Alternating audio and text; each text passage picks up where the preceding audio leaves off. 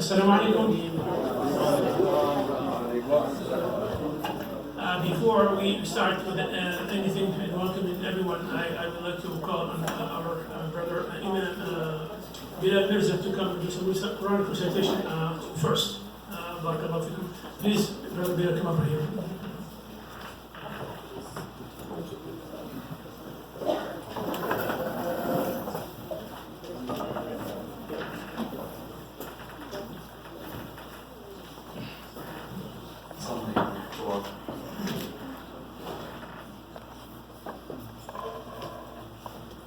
أعوذ بالله من الشيطان الرجيم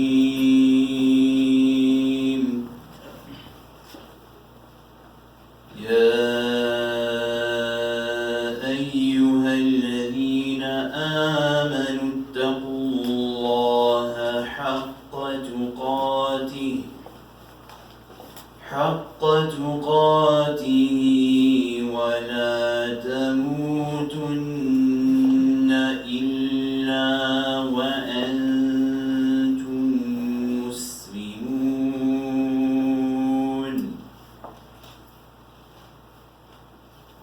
واعتصموا بحبل الله جميعا ولا تفرقوا واذكروا نعمة الله عليكم إذ كنتم أعداء فألف بين قلوبكم فأصبحتم بنعمته إخوانا وكنتم على شفا حفرة من النار فأنقذكم منها كذلك يبين الله لكم آياته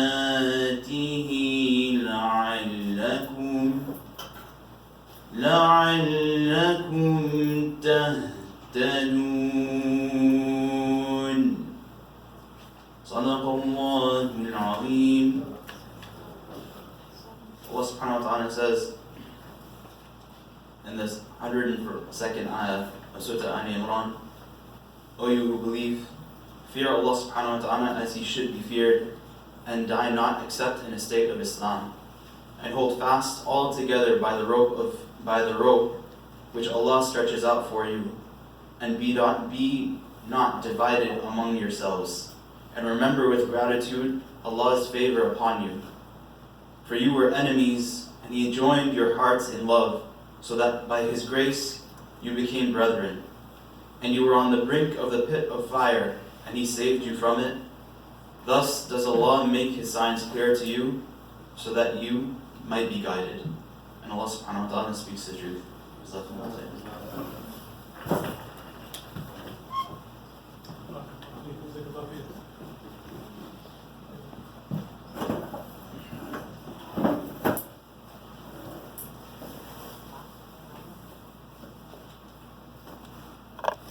Assalamu alaikum.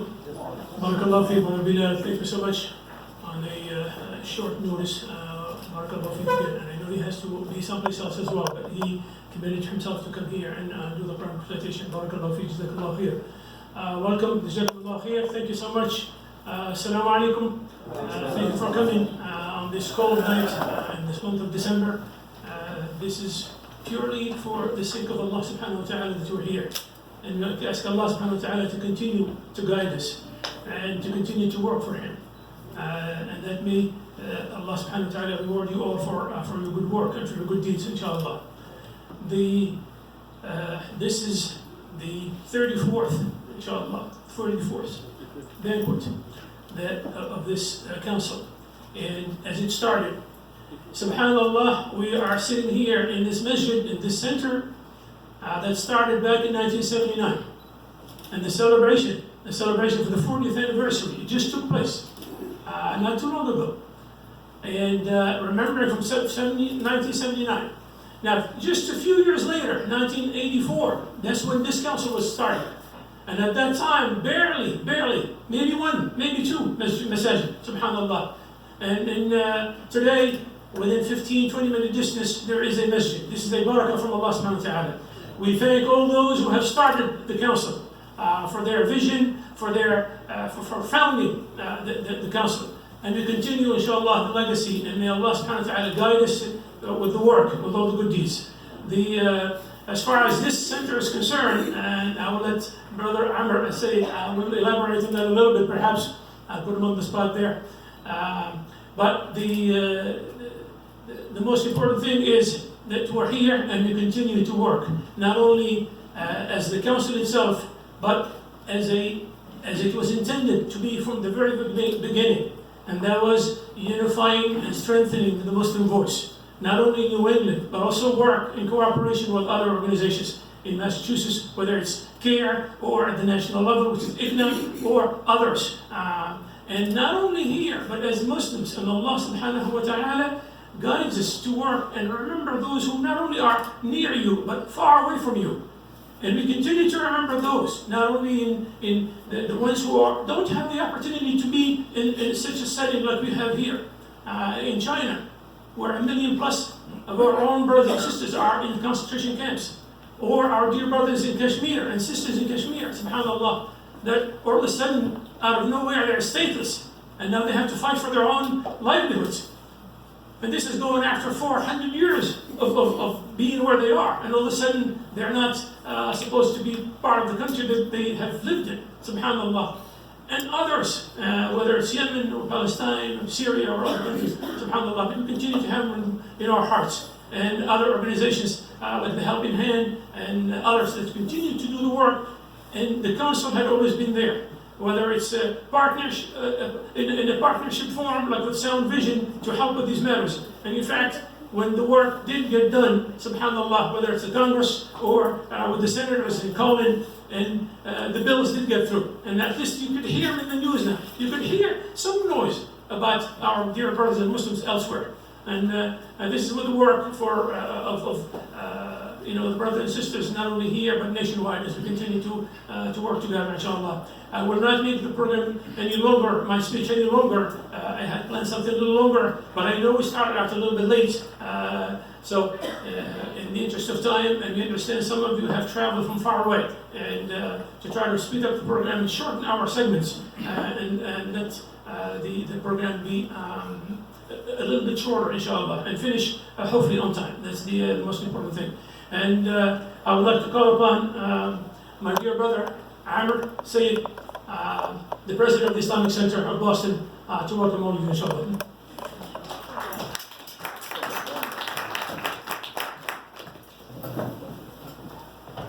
Thank you, Idris. Assalamu alaikum. So my name is Amr Sayyid. I'm the president of ICNE Banquet, and it's a great pleasure for me to welcome everyone.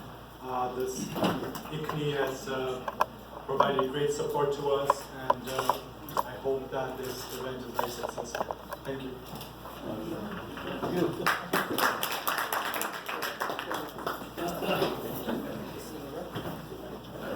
Brother Ahmed listened to the message and he made it be really short. I barely had enough time to sit down. Alhamdulillah, thank you so much. And thanks to the center here. This center is deep in my heart. We've spent so many years building the center, inshallah. This is a barakah from Allah subhanahu wa ta'ala that we are here. And I would like to call upon our current president, Dr. Baig, to come up and say a few words, inshallah, to welcome all of you. Please come on up.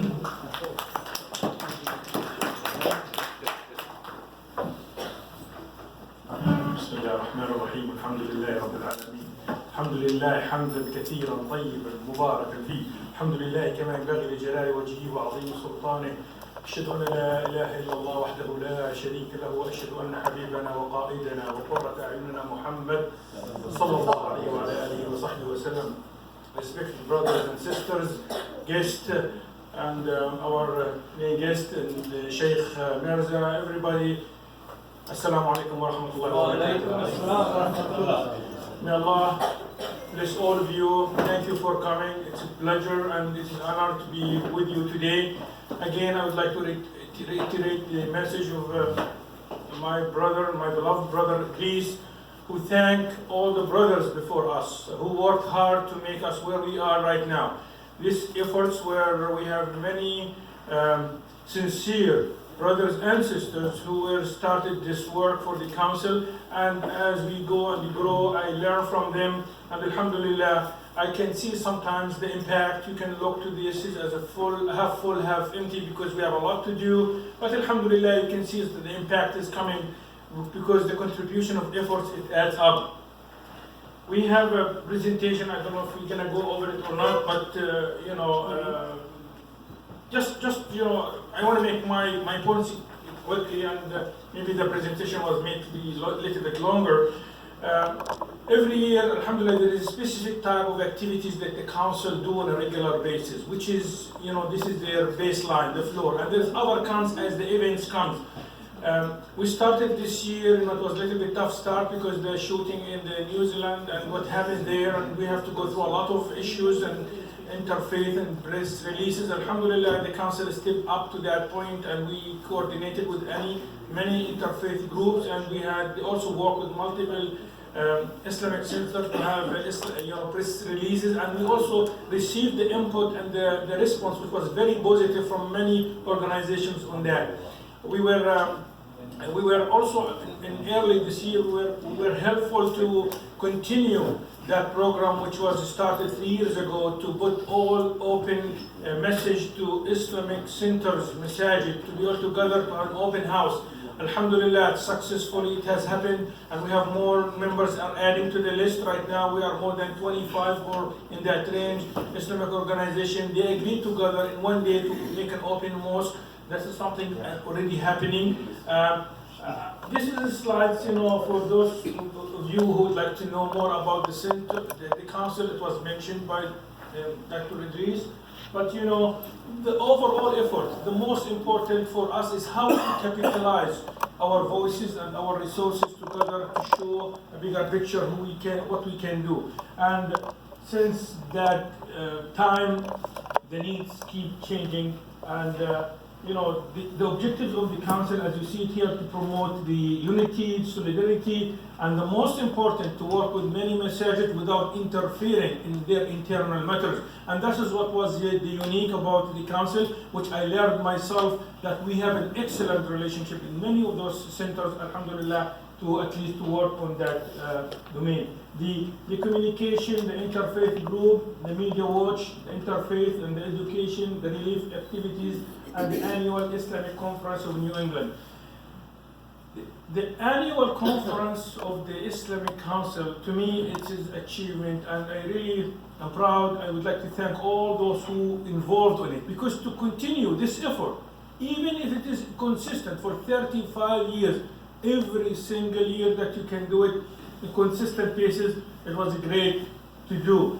This year I was honored to attend that, which happens in Connecticut this year, and I was there and was really, it was an opportunity for me to know that community, which I was maybe passing by quickly, but that time I had chance to sit with them. I felt proud that we did it in an Islamic school, which had 20 years of achievement, and they have their own facilities, they have their own independence, and it was also in a good place that I felt comfortable that, representing Muslims and Islam. On that day, we had the mayor of the city who came and who also shared with us. He started the program, and he gave us a plaque. I don't know if we have it or we have a picture of it to recognize that day, the Islamic day on that town. It was Windsor, Connecticut. I would like to thank all those who made that also conference to happen. We have Dr. Ali and Sister Fatma and Dr. Bajwa and others. Again, this is meant to be a glimpse on the objective of the council. All of it comes together just to support the idea of what we can do together and how we put ourselves on this. This is some of the names of the center that currently associated, and there is more.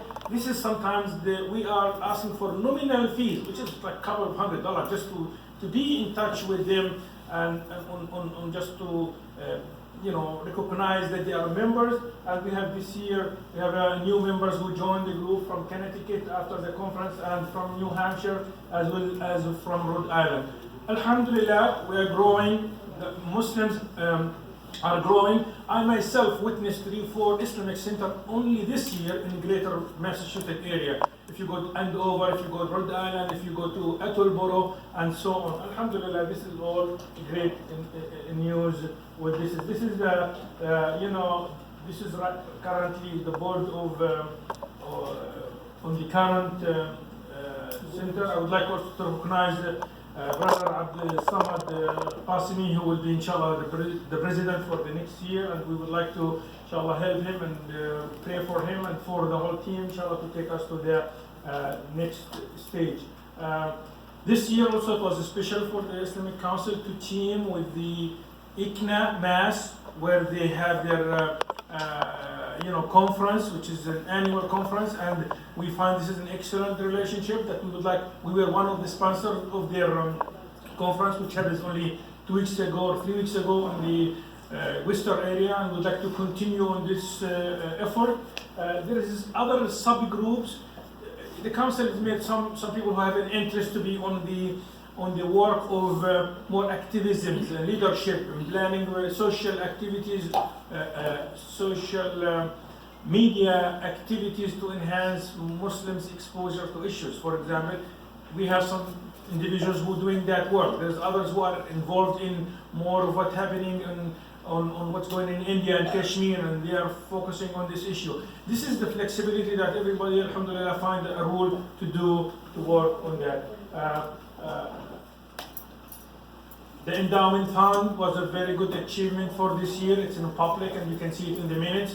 By the grace of Allah subhanahu wa ta'ala, by the help of everybody, one of the strategies of the council was to have an endowment fund to keep it to grow up, and after that it can be some resources for the use of the Muslim community. Alhamdulillah, this year it reached the goal which was meant to be. After that we will go to after this is alhamdulillah, and the goal was $500,000, and after that more of this will go in back to be used for specific where we feel the need, whether a scholarship to individuals to support institutions or needy or whatever, as it goes with the mission of the council. Again, this is an effort which is started almost 20 plus years ago. It's a small investment, and by the barakah and the help and the good and sincerity of the brothers, alhamdulillah, it's become an asset for the community and for the center and for the council. There is multiple future, goal for the center, for the council. 99.5% of the work of the council is volunteer basis. Nobody's been paid, fully volunteer, and we try to minimize any overhead. And we have very, very difficult, nice treasurer who cannot release money until you ask. It's more of a compliment system. She's doing it very nicely, alhamdulillah, and maybe just to share with you some of those pictures where we have some of the activities. 2 years ago we had Imam Siraj Hajj, who was the visitor. This is like, I don't know, this picture maybe around 15 years ago or so when I was young. I remember when we had with the Archdiocese of Boston recognized dinner there, and alhamdulillah, the good thing is when we have the governor, when we had interaction with the Muslim organization, this is at the time the ICPCC, we have many other pictures where we have multiple brothers and known figures of the community who also speak on behalf of the council, and they are in fact part of the council together. This is pictures of the open house. We have a small video which was prepared by Sister May, which I would like to recognize her efforts. Some claims also from will show you of the activities which we did during the open house, and some of those pictures, and it is very touchy when you do those things and you see people coming to the masjid. This is the one in Sharon, but we have multiple other masjid. Anyhow, at the end, I would like to thank Allah subhanahu wa ta'ala for all the work, and I know there is a lot of effort and more to go. And again, when we come to this event as an annual banquet, it meant to be, first of all, after thanking Allah subhanahu wa ta'ala, to get to know each other, to celebrate these things, and to think together as a team what we can do better and how to enforce and present our mission of da'wah or getting people to know more about the beautiful part of Islam. Thank you again, Jazakumullah khair, and may Allah bless all of you. Dr. Baig, thank you so much for your efforts, and the Council inshallah continues to work and encourages everyone else to try to either join or help the Council in any way, fashion or form. The next speaker is a good dear brother of mine, Imam Abdul Samad, who is one of the founders of the Islamic Society of Greater Haverhill, a thriving masjid, a thriving community, alhamdulillah, and more recently even the American Muslim Society in Denver, and it is a growing community as well, inshallah. This is a barakah. He will be the new president of the Islamic Council. I know he feels really good right now. I'm not sure by January 1st, but please come on up.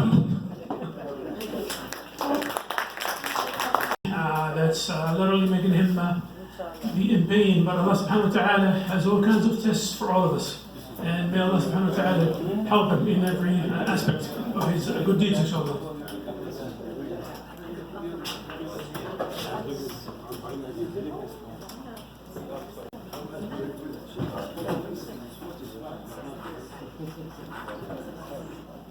السلام عليكم. الحمد لله رب العالمين، حمد عباده الشاكرين الذاكرين، حمدا يواسي نعم الله علينا ويكافئ مزيدا، وصلاة وسلاما على المبعوث رحمة للعالمين سيدنا محمد. اللهم صل عليه وعلى آله الطيبين الطاهرين وعلى من تبعهم بإحسان إلى يوم الدين، أما بعد. Dear brothers and sisters in Islam, Assalamu alaikum wa rahmatullahi wa barakatuh. I wouldn't be here if Dr. Idris, came and we met each other probably 15 years ago. And I thank him for this opportunity, and I thank the council to give me this opportunity to be the elect president of the next year. May Allah subhanahu wa ta'ala give us the power and patience to do the job. Because whatever he said, Dr. Badawi, this is inshallah what we are going to do. Anyway, we are going to continue to work, with the organizations. On my way here with Dr. Idris, we talked about how we can, get more, inshallah, organizations, mosques that we know for now, inshallah. Just as I think Dr. Badawi mentioned, few organizations and masajid, were made or done this year in 2019, and over even in New Hampshire. Inshallah, we'll be reaching out to get more Islamic center to be involved with us, inshallah. As far as the 29th of March, inshallah, we'll get more than 25 masjid this year to have the open day for non-Muslims and Muslims as well.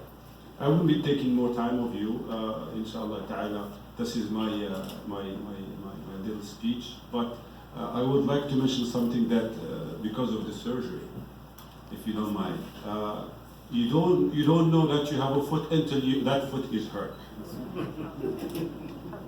You don't know about it until you are hurt, because I am missing the sujood. I am missing the ruku'. It's not there. I've been in this situation for 2.5 months yet, and I didn't have the sujood that I miss.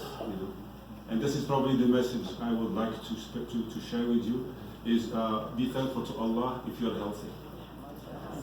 Because if you're not, it's not easy. It's not easy. So may Allah make it easy on all of us. And Ummah Muhammad sallallahu alayhi wa sallam. Inshallah, I'll make a dua. اللهم اجعل جمعنا هذا جمعا مباركا مرحوما، واجعل تفرقا بعد تفرقا من الذنوب معصوما، ولا تجعل بيننا شقيا ولا محروما. اللهم اجعلنا هداة مهديين واجعلنا ضالين ولا مضلين. اللهم اتنا في الدنيا حسنة وفي الآخرة حسنة وقنا عذاب النار. والحمد لله رب العالمين. Thank you very much for your time.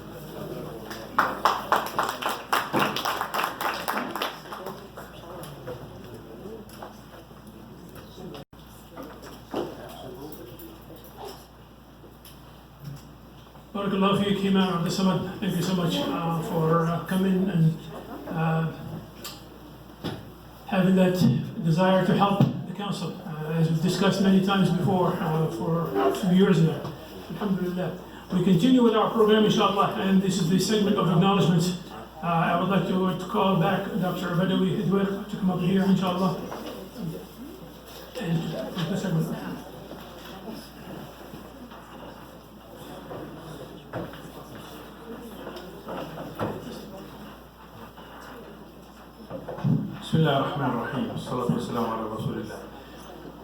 Again, respected brothers and sisters, as we learn to know more people, we become more proud of the work they do. And I do believe sometimes Allah subhanahu wa ta'ala gifts us with certain people who can make a good contribution, and their efforts can be recognized, and the work can become more of a team together. It was a kind of a tradition for the Islamic Council for the last many years to pick some individual and just recognize their efforts with some type of, recognition, because we learn who does not thank people who in order, man la yashkur Allah, la yashkur al-nas, la yashkur Allah. You have to thank them as appreciation and also to show the others the work we have done.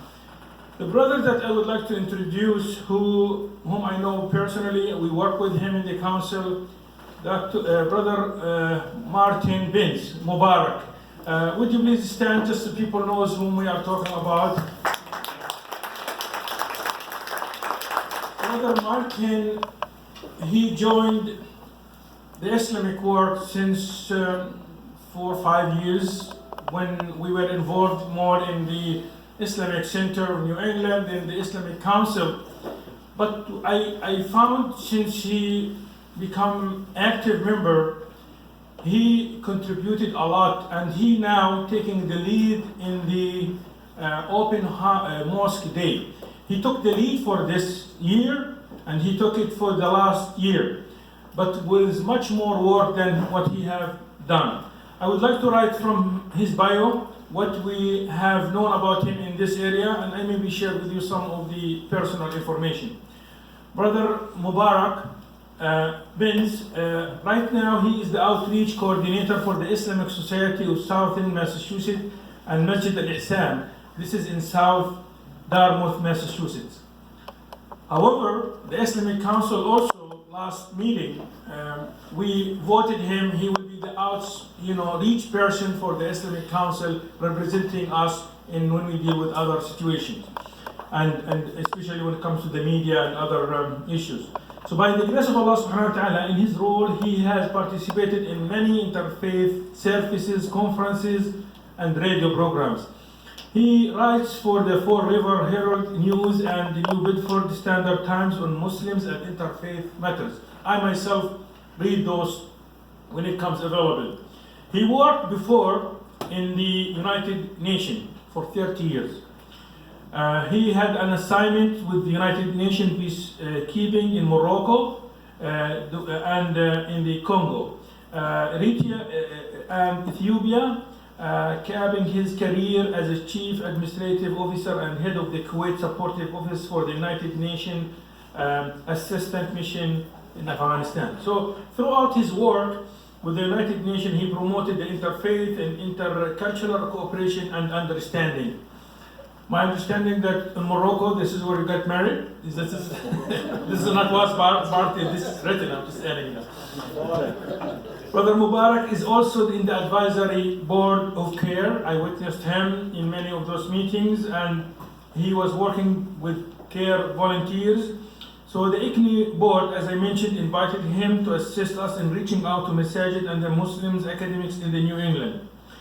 Last year, he helped us to coordinate the participation of the 17 Masjid Open House Mosque Day in Sunday. And this year, inshallah, we hope many more masjids and Muslim academic will show up there on the mosque day, which is will be March 29.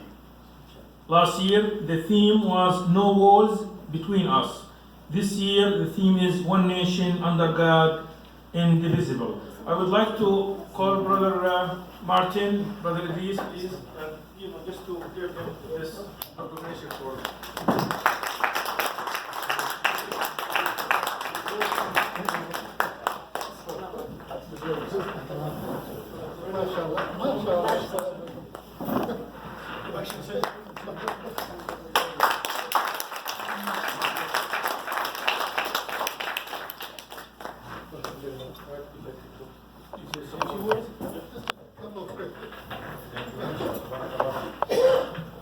السلام عليكم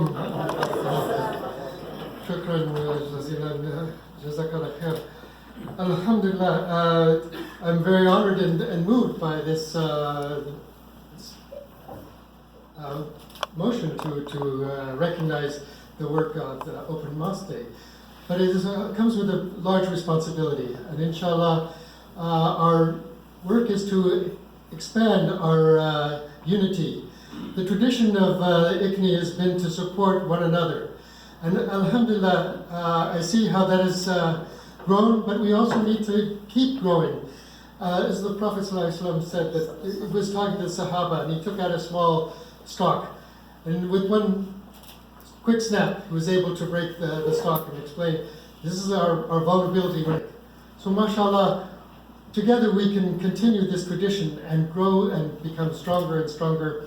And our goal is to show to the American community that Muslims are here united as Muslims and also open and welcoming to the American population. So the idea of the Open Mosque Day is to welcome people who have never heard of Islam, have never been into a masjid. They don't know what it looks like. It's very mysterious. And when they come in and they start speaking with Muslims directly, it becomes a revelation and a heartwarming understanding. And it's a transformation, mashallah. And inshallah, we can continue this in our efforts. And the choice of the program, One Nation Under God, Indivisible, is for a reason. Because at the moment we are in a situation where people like to see the divisiveness in this country. Inshallah, our goal is to actually show our strength and unity under God, inshallah.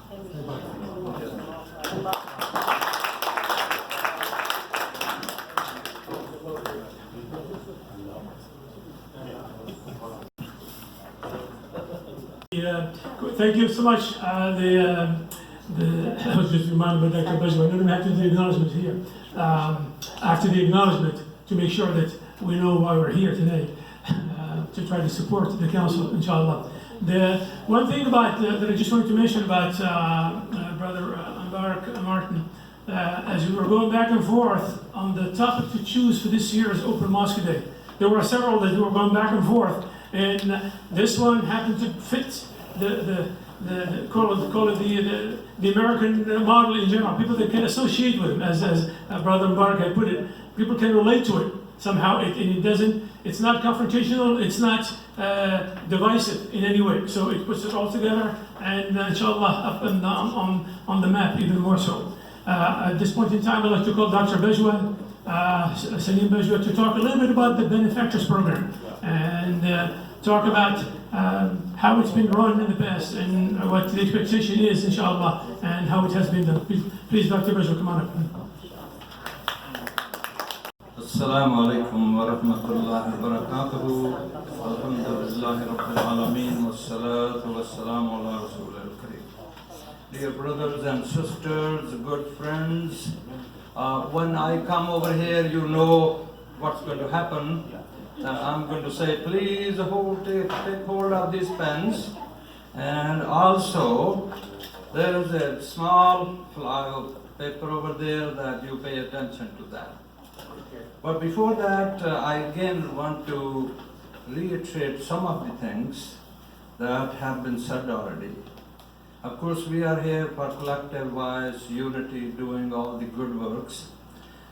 There was a time when the Islamic Council was doing most of the initiative on its own, like relief work, civil rights, interfaith education. This was done all by the Islamic Council, and then, thank God, now we have the professional organizations who have come in these fields. Like CARE takes care of the civil rights. There are Muslim lawyers who take care of the Justice Department, etc. There are relief organizations. So the council and educational institutes, so alhamdulillah, they are full-time Islamic schools now. And there is a need to educate the general public, like Brother Martin has said. And so council is still active in that. But most of the other jobs are being done by professional organizations. However, the council is still very, very relevant because council stands with those organizations, council supports them, and council facilitates their work. So why I'm clarifying that some of our own brothers who are involved in the council, they just sometimes start comparing Islamic Council with the CARE. Look what's CARE doing. Not knowing that Islamic Council was doing all this work. But now we have a professional organization, so why should we do that? It's our job to help the CARE.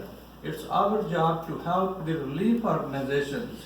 It's our job to help the educational institutes.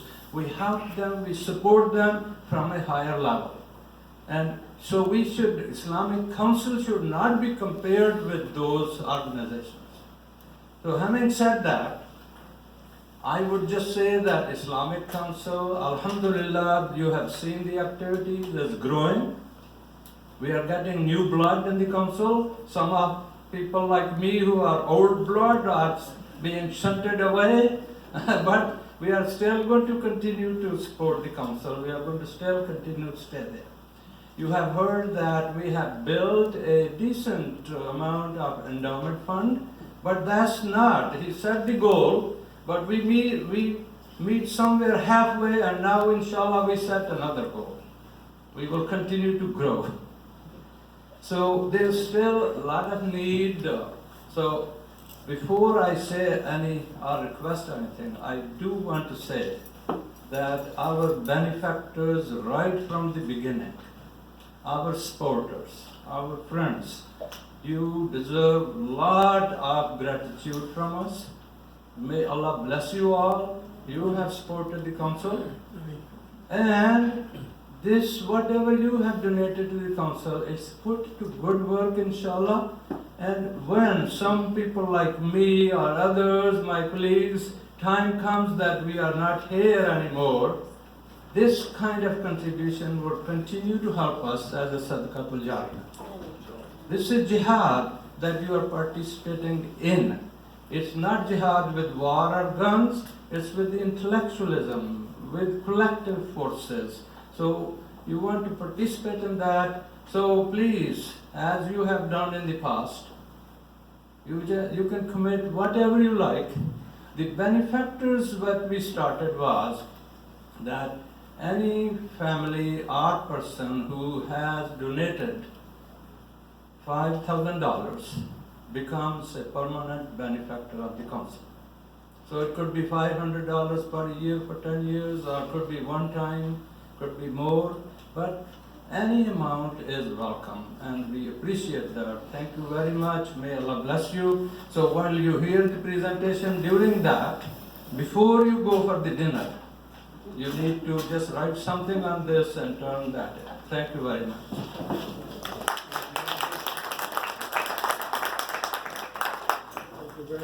Thank you, Dr. Bajwa, for the clarification. At least it is very important, especially in the minds of everyone, how what the council used to be a long time ago and what it is today, and how it can help other organizations as well. in partnership form or in a sponsorship form, as we're actually doing, and we've been doing even this year alone.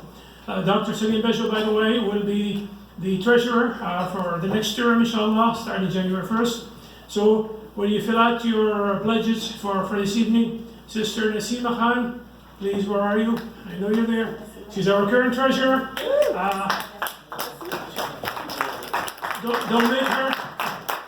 Don't make her look for you. Just go to her instead. If not, Dr. Beshel will be looking for you next year. So, and we'll move on to the next part and introducing our guest speaker. Alhamdulillah, people were delighted to have him at the conference on October 12th back in Connecticut. And we're delighted to have him here again for those who did not make it down there and for everyone else to listen in. So, Sheikh Mirza Yawar Baig, he comes from Hyderabad, India.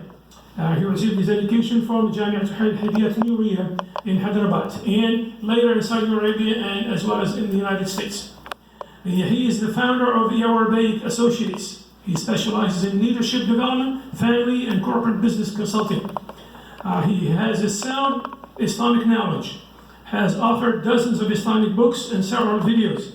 He is an internationally known motivational speaker, enjoys promoting Islam and encourages others to showcase Islam to the world.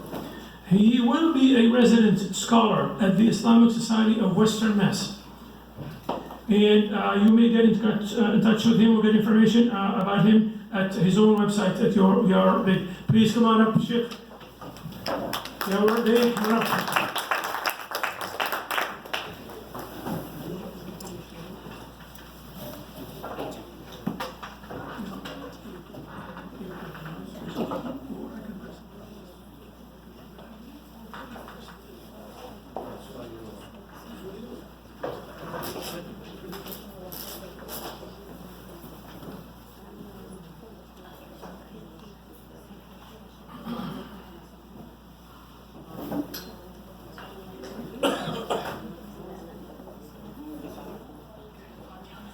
بسم الله الرحمن الرحيم. السلام عليكم ورحمة الله وبركاته.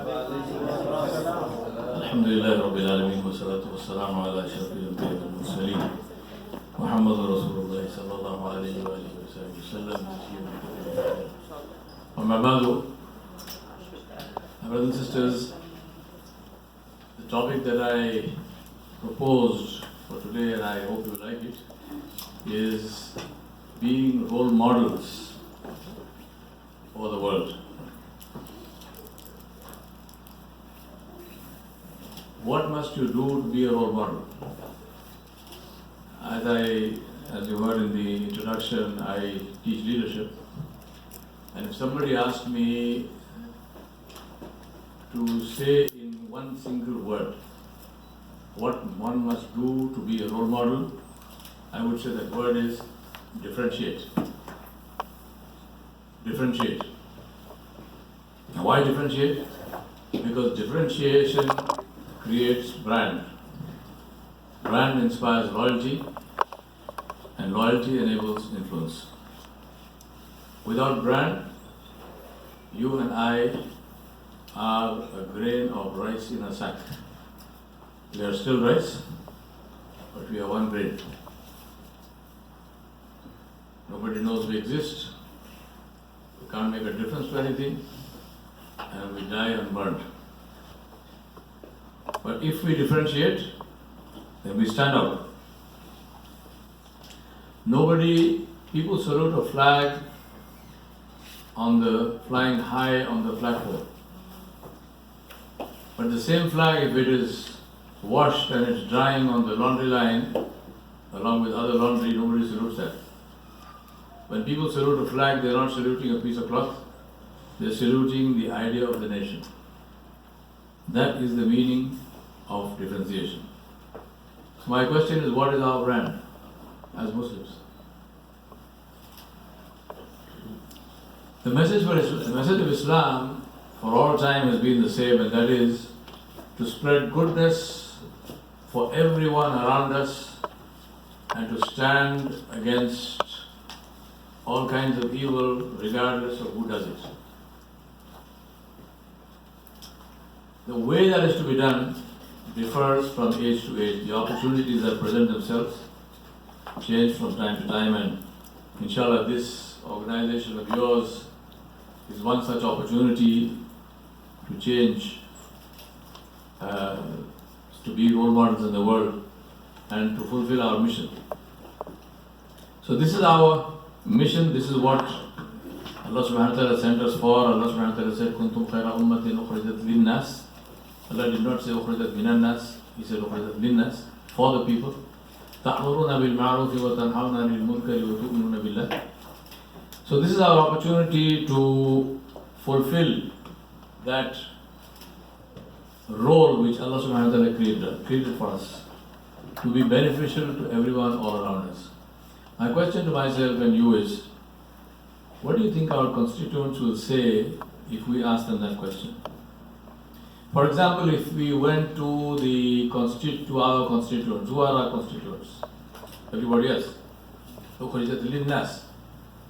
So if we go to our constituents and if we ask them that if you wake up tomorrow morning and there is no sign of Islam, there are no Muslims, there are no Islamic centers, there is no sign of Islam, it's as if Islam never existed, how would you feel? How would you feel? I've never done that kind of a survey myself, so I can't tell you what they will say, but I can probably guess three kinds of responses. One response would be, fantastic. This is what I was praying for. Thank God it happened. Thank God they're gone. One possible response. Another possible response is the opposite of that. Oh my God, where did they go? Why did they go? They're beautiful people. We need them. Get them back. And the third possible response is, I'm sorry that Dr. Bajwa is not there. I'm sorry that Dr. Badawi is not there. But as far as this Islam thing is concerned, that's okay. So which one do you think it will be? Allah knows best. This is just a matter of thinking for that. The reason I'm saying that is because I believe that today we are living at what I call a fork in history, a forking time in history. I majored in history. History is an abiding interest of mine, and I read all kinds of histories. Currently, I'm reading about Roman history, but I think that's a very critical history to read to understand what is happening in the world today. The global model of political leadership is rooted in the history of the Roman Empire.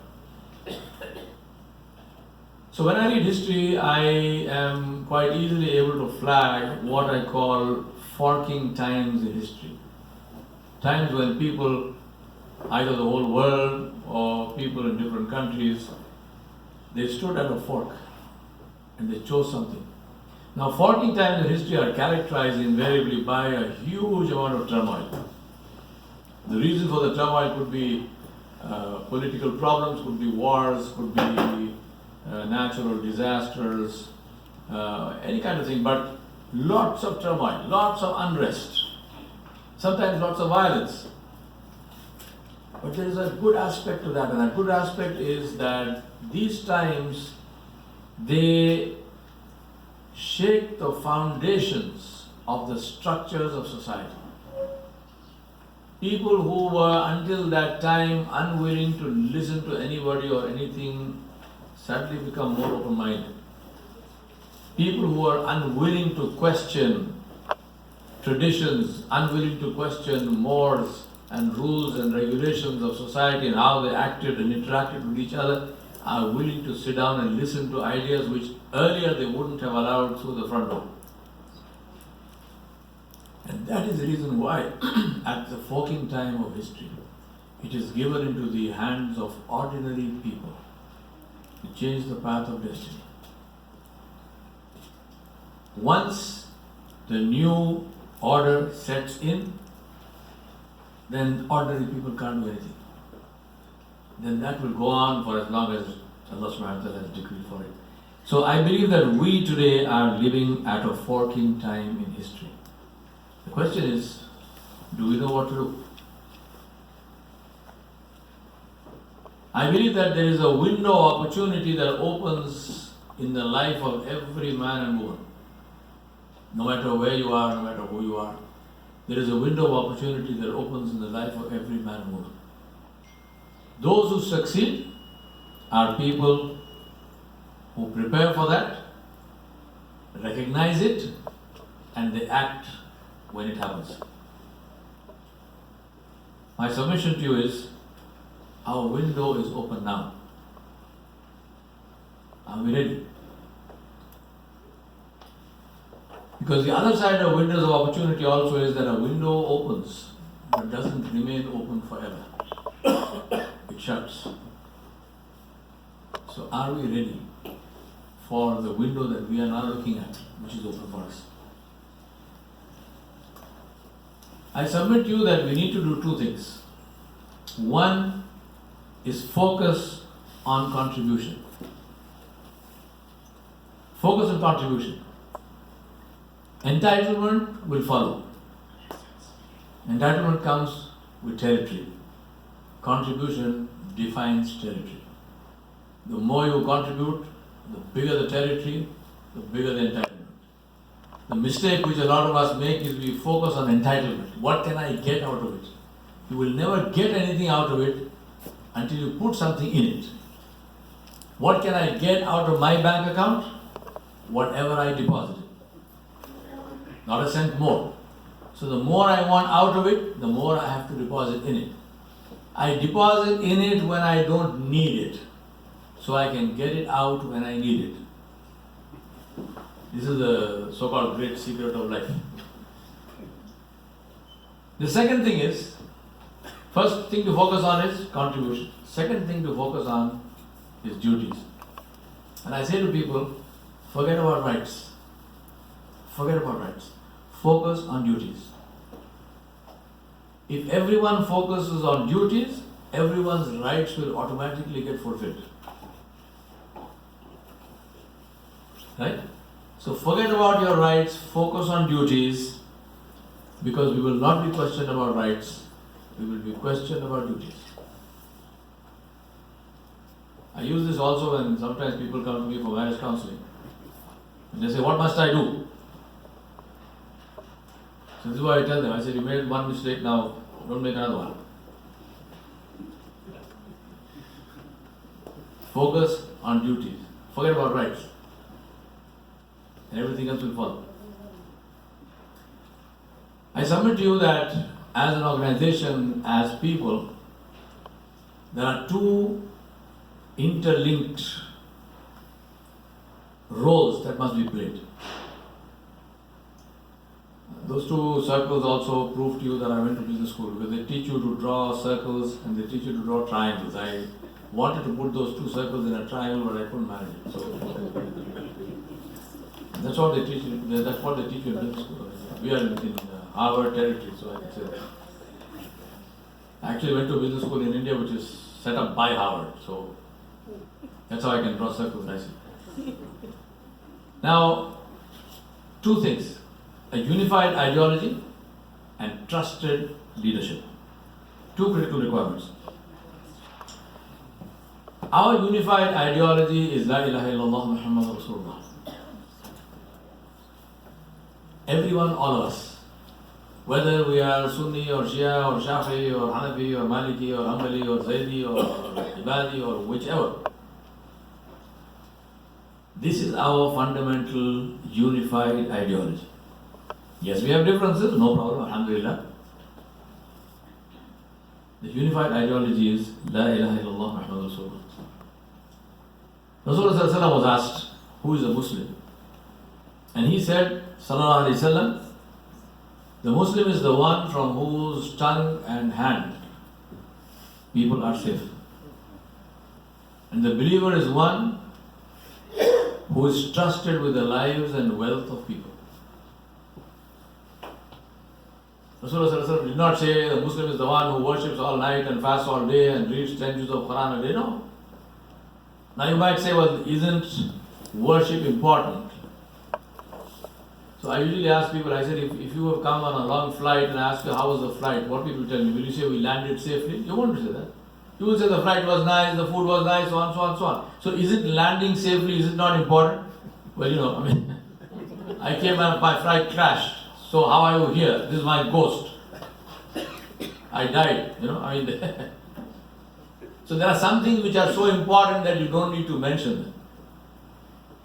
So worshipping of Allah subhanahu wa ta'ala, la ilaha illallah Muhammadur Rasulullah, this is not something that we need to mention, that is something we are supposed to do. This is the purpose Allah subhanahu wa ta'ala created for. So when Rasulullah sallallahu alaihi wasallam was asked who is a Muslim, he is talking about huququl ibad. He is talking about how the Muslim comes across to the rest of the world. As a person who is trustworthy, as a person who is believable, as a person who has amana, as a person who spreads salama, who spreads, we usually translate the term salam with peace.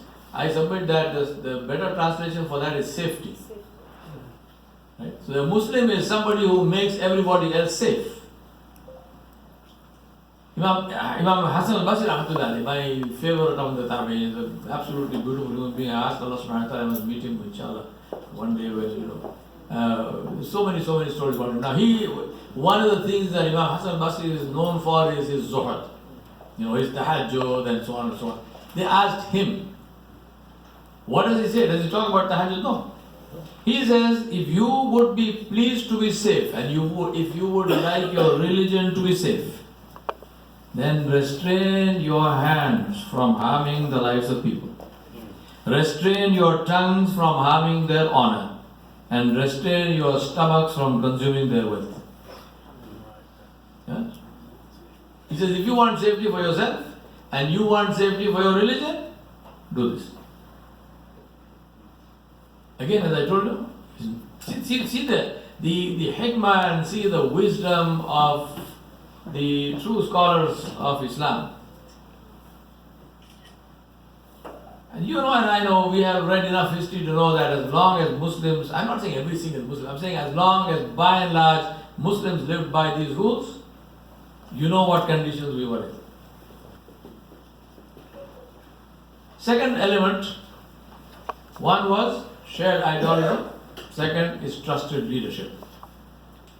For trusted leadership, two critical things need to be done. One is encourage dissent. Now that might sound like a very un-Islamic thing to do. You might say, well, you know, I think we should read the kalima again. How can you say encourage dissent? Encourage, remember, I'm not saying accept, allow. No, I'm saying encourage dissent.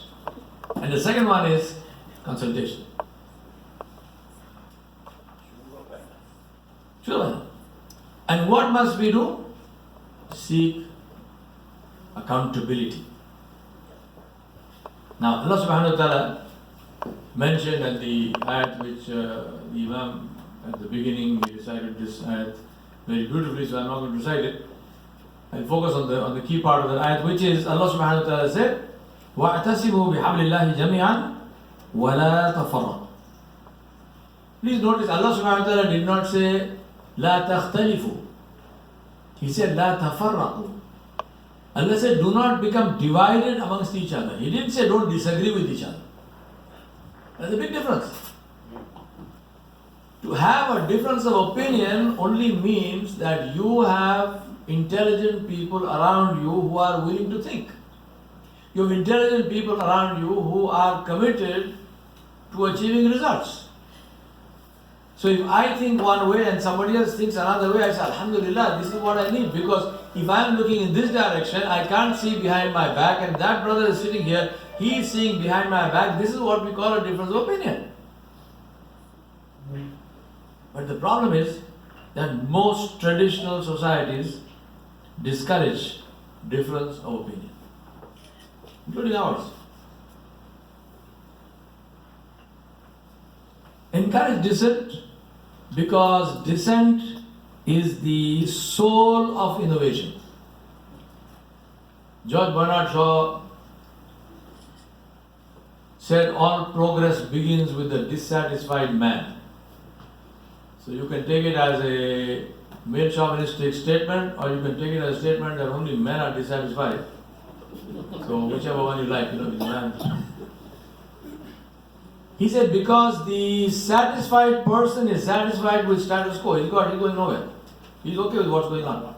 It's the person who is dissatisfied, and I'm saying person because I genuinely believe that. If a person is dissatisfied, they will try to find solutions. They will try to create new things, innovation, and so on and so forth. There are lots of studies done, especially with school children and so on, which show that cultures that enforce discipline. Discipline is about the worst thing to have. And you've got principals of school sitting here. That's why I love talking to school principals, because it turns everything upside down in the head. Yes, I'm doing. Discipline is absolutely the worst thing to have. You must encourage lack of discipline.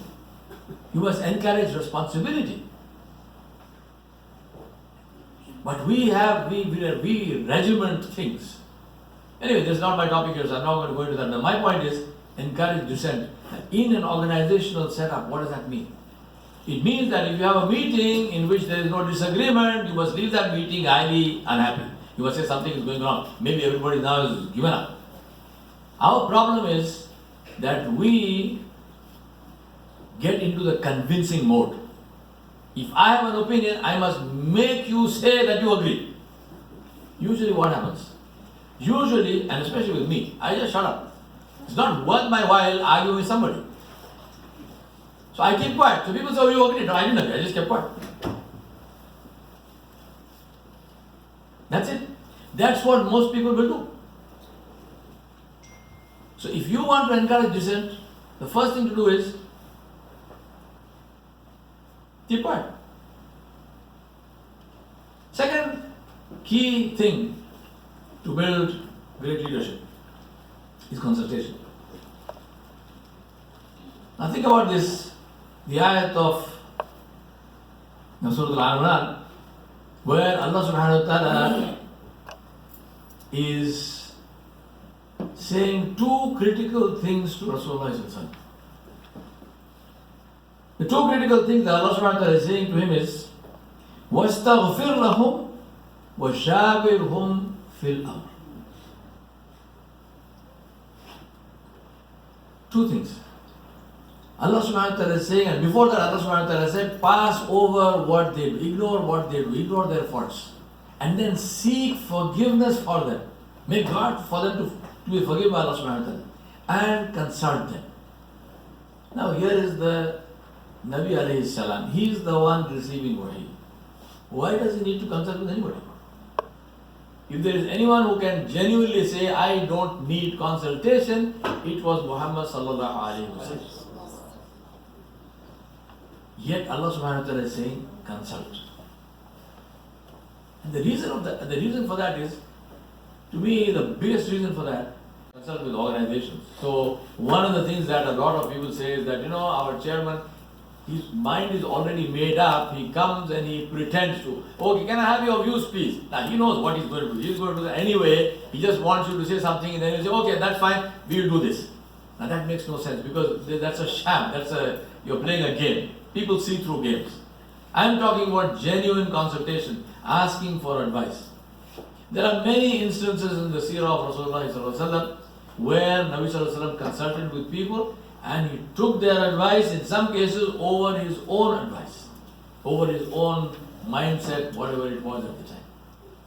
One of the most beautiful ones is at the time of Hudaybiyah, when after all that treaty and everything else happened, and the mood of the Sahaba and so on and so forth, you know all the incidents, I'm not going to narrate that.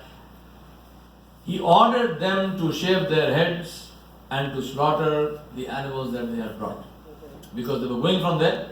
So he said, slaughter the animals, shave your heads.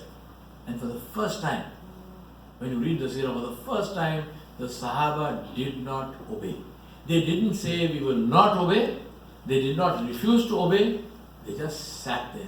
He said, shave your heads, slaughter the animals. They did not move.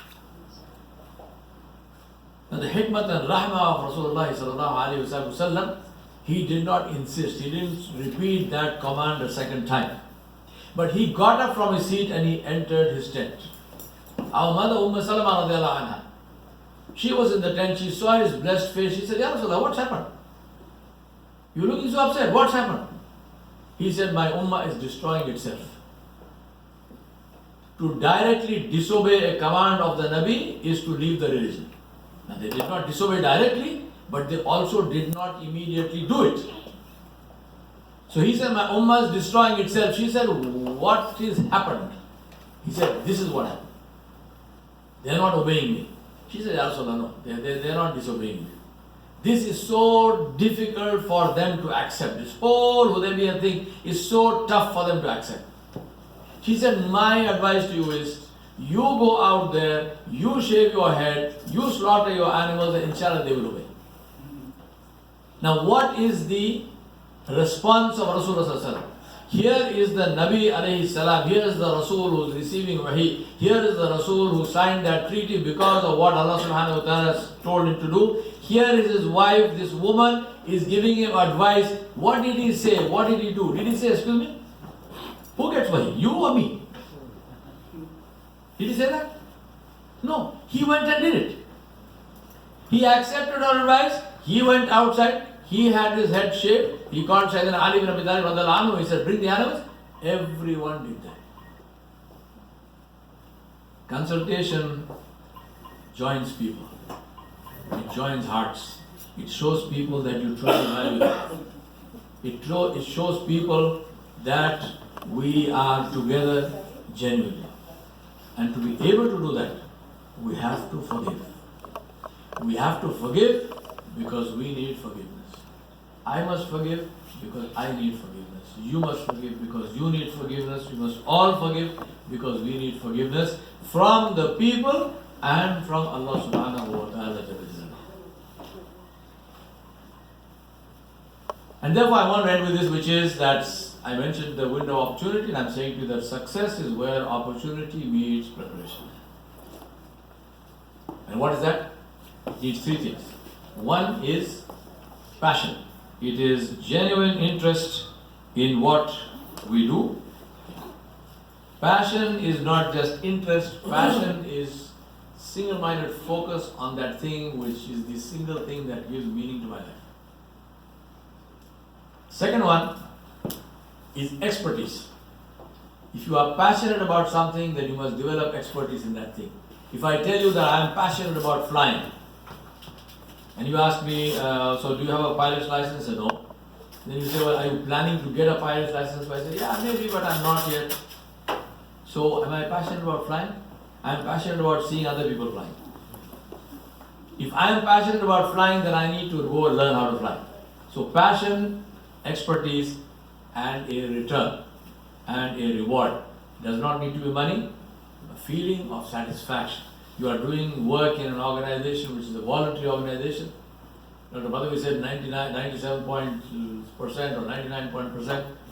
I don't know, most people who talk about percentages dream up the figure standing here. So 99 point something, I don't know. It sounds good. And if you say most people, that's actually a very good technique to convince people. If I say most people do it, see how that sounds. If I say 98.7% people do it, you are because your brain is tuned to accepting numbers. So that's very good. So I think we must know what benefit we are getting. Right? What is the benefit? When you say the pleasure of Allah subhanahu wa ta'ala, there is nothing that is bigger than that. I want to leave you with a gift, and this is my motto in life, and that is, I will not allow what is not in my control to prevent me from doing what is in my control. Because many times we have this thing of saying, oh, but we globalize the problem. We say, oh, but you see, there's this huge country and this. Oh, what can I do? I can do something for myself.